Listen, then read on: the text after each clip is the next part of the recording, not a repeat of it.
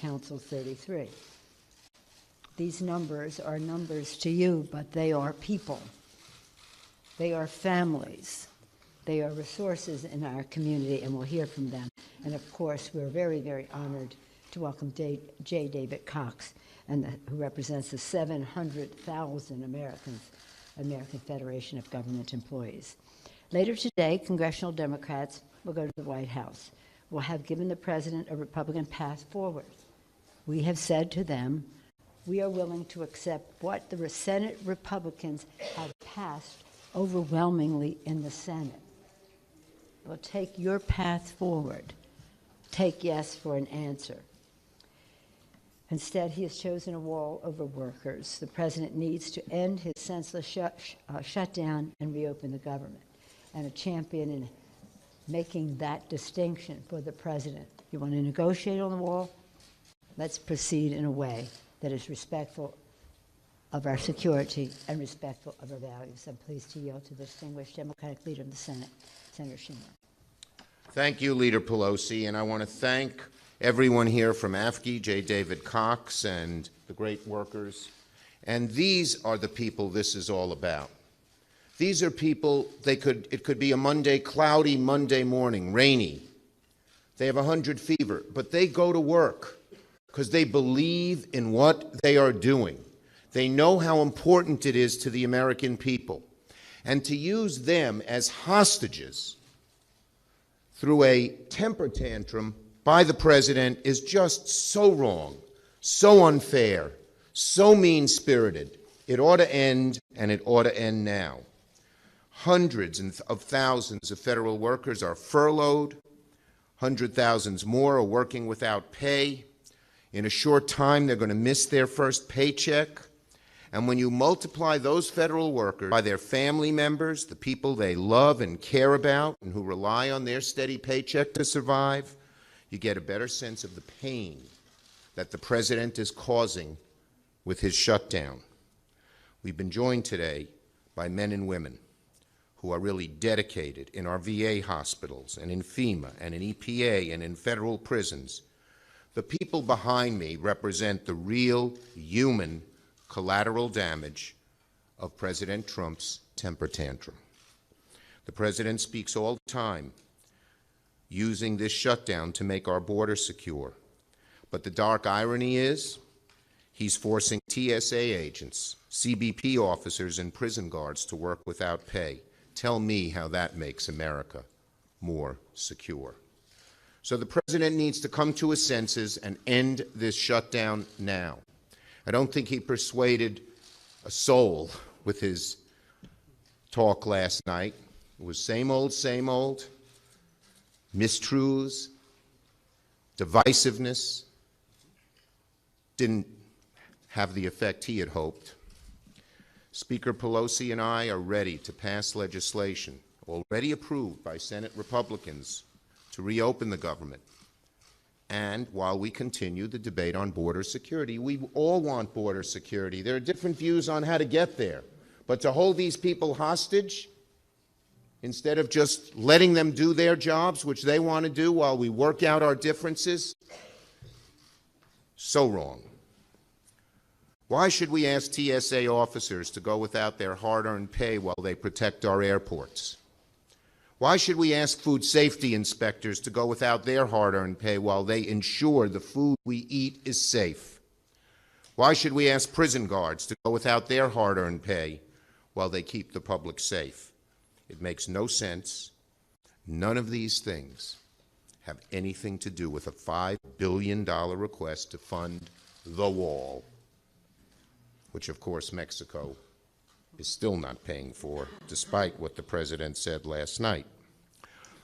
The House passed legislation to reopen the government.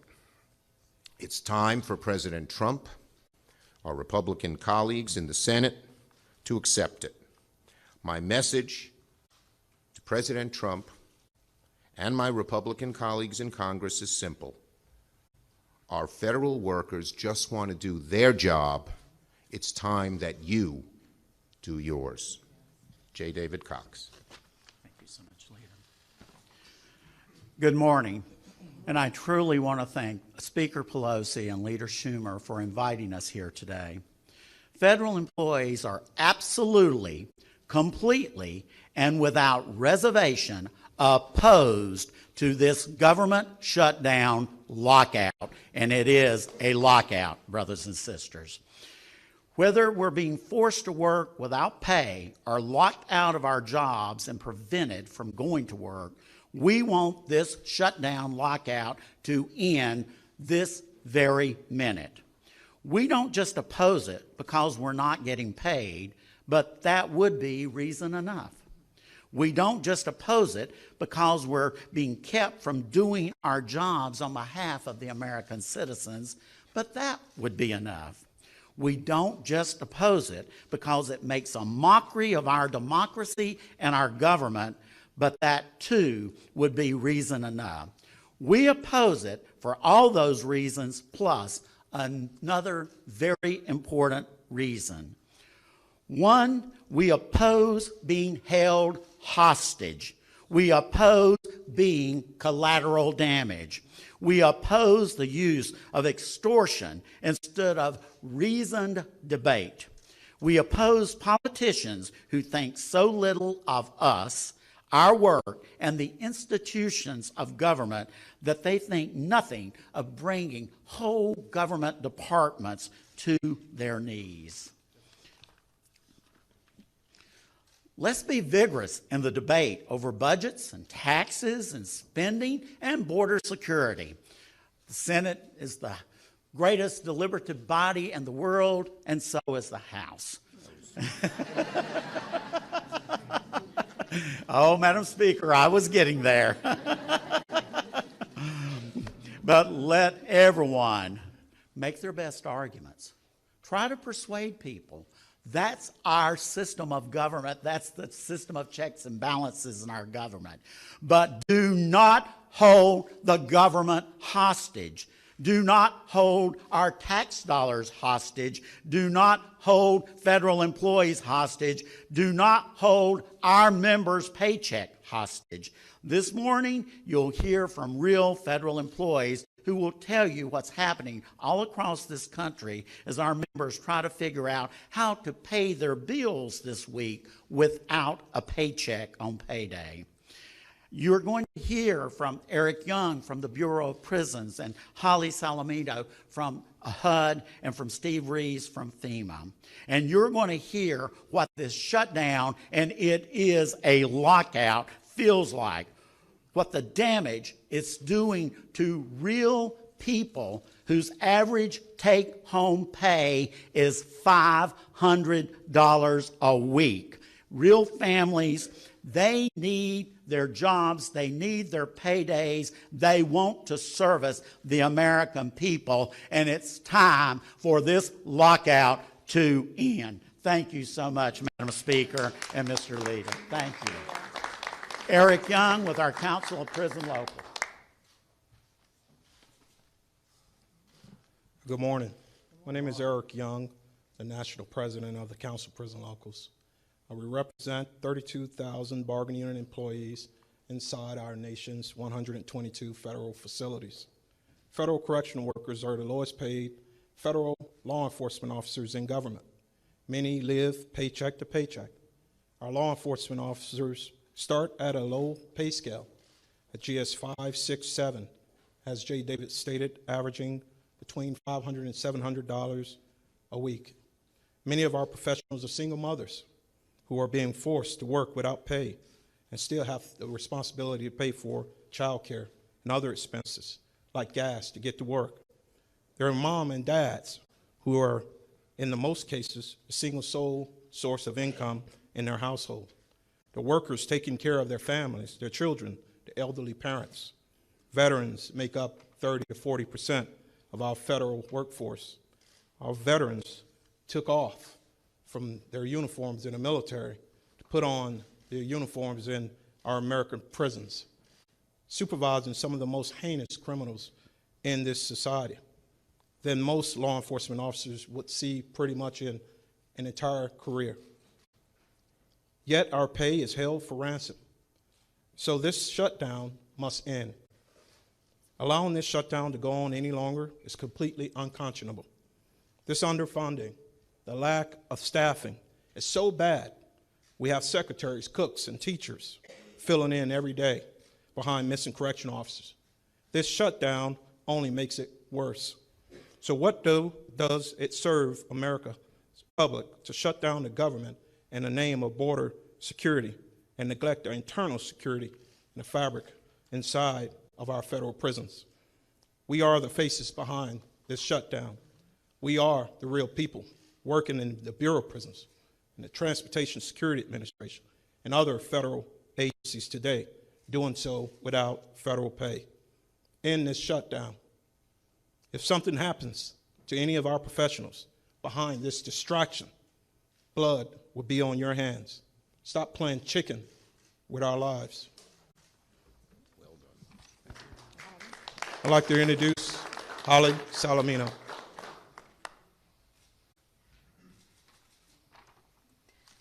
My name is Holly Salamito, and I serve as the president of AFGE Council 222, representing more than 5,000 employees across the country who work at the Department of Housing and Urban Development.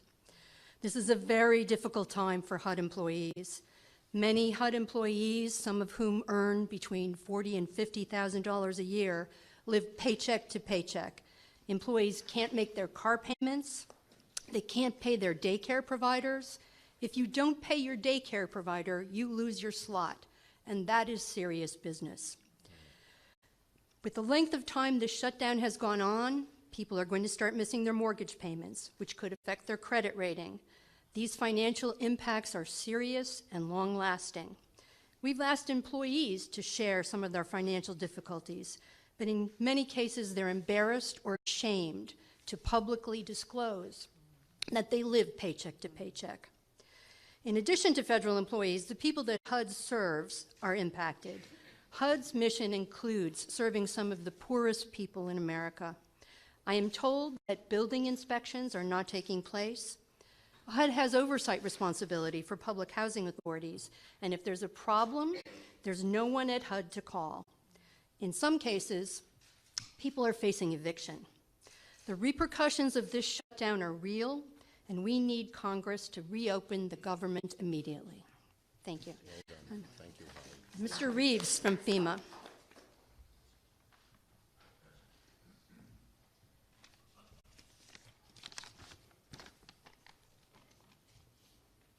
My name is Steve Reeves.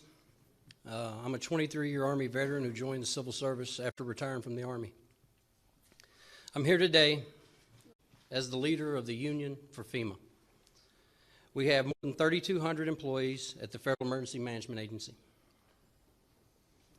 We're just recovering from one of the most active hurricane seasons in recent memory, not to mention the historic wildfires that have devastated California. Ordinarily, this is when we restock, this is when we rest our people, this is when we prepare for the next big disaster.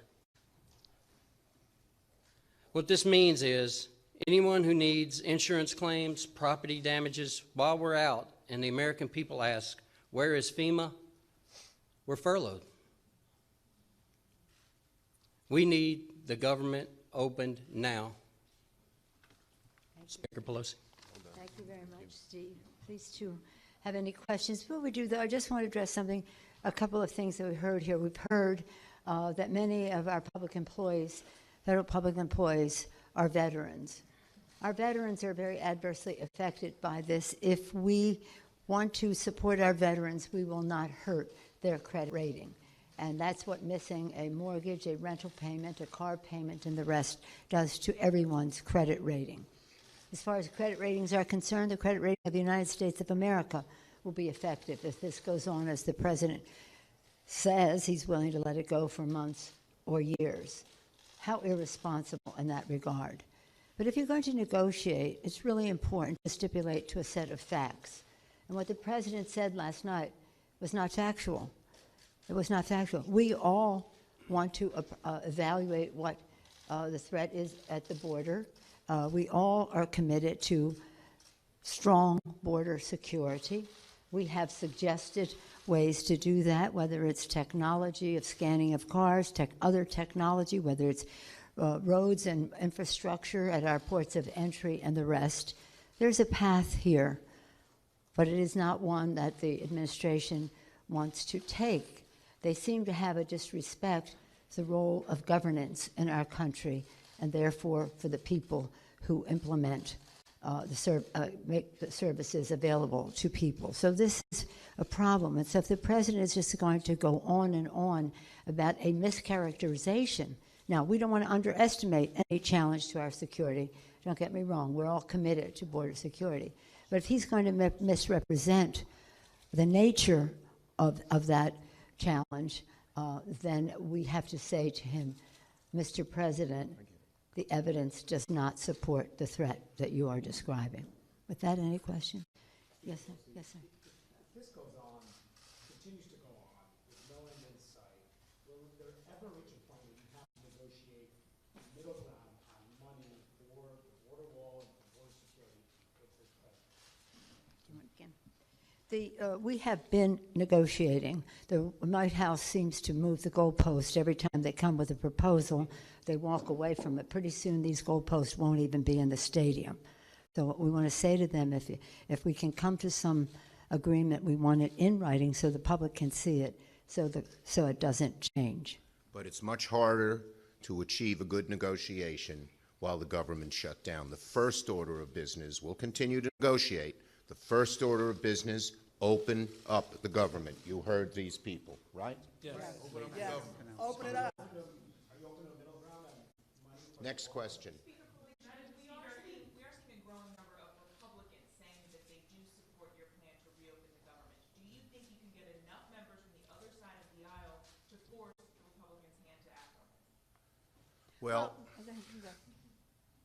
the president has obviously, and I thank you for that question, because it really, some of the responsibility, of course, is on the president, who just has an obsession with this wall, but it's on the Republicans in Congress as well. They know full well that we have to open up government, and we have to do so as soon as possible, and yet they're walking away from their own legislation. This is legislation that passed in the Senate, 92-0 on the floor, and unanimously in committee. So we didn't come up with our own idea in terms of negotiating. We took their idea and said, again, take yes for an answer. and let me say this. Every Republican voted in the Senate to keep the government open. When Leader McConnell put the, 30-day extension, it's a little more than 30 days, but the extension on the floor. And so, as Leader Pelosi said, we've tried to make it easy for them. Of the 6 bills that Leader Pelosi and the House passed, 4 passed the floor 92-6, so a vast majority of Republicans voted for them. The 2 that didn't pass committee unanimously, Leader McConnell voted for all of them. So we're trying to make it as easy as possible for our Republican friends to join us in opening up the government.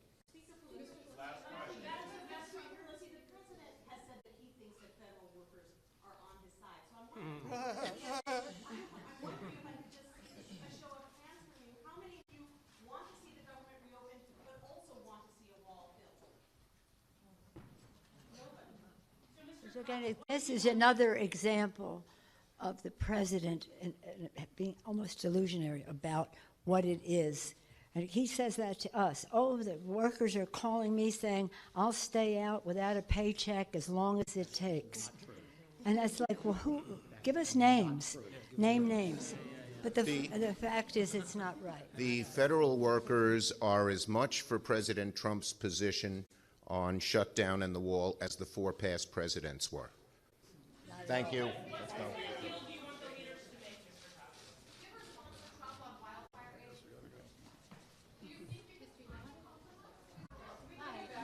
And I write for U.S. News and World Report.